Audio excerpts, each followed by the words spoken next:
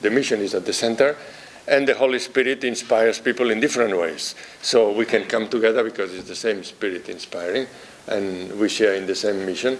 And some works will be Jesuit, some works will be Ignatian. And one of the questions that came to me, what was the difference between the two?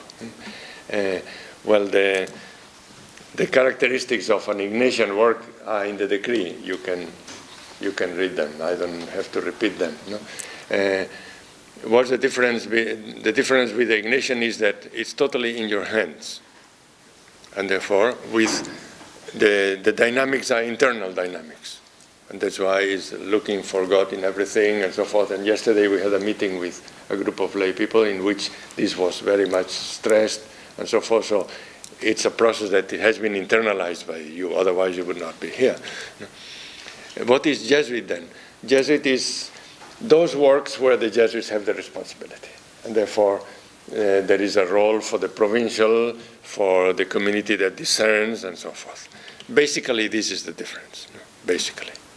So we all hope to be inspired by St. Ignatius, but when we say this is a Jesuit work, the Jesuits have a say in it. No? And the say of the Jesuits is always channeled through the provincial, through whoever is responsible of the work. But that doesn't mean that it's a closed work. It's Jesuit, so the Jesuit has a responsibility, but it continues to be inspired in St. Ignatius.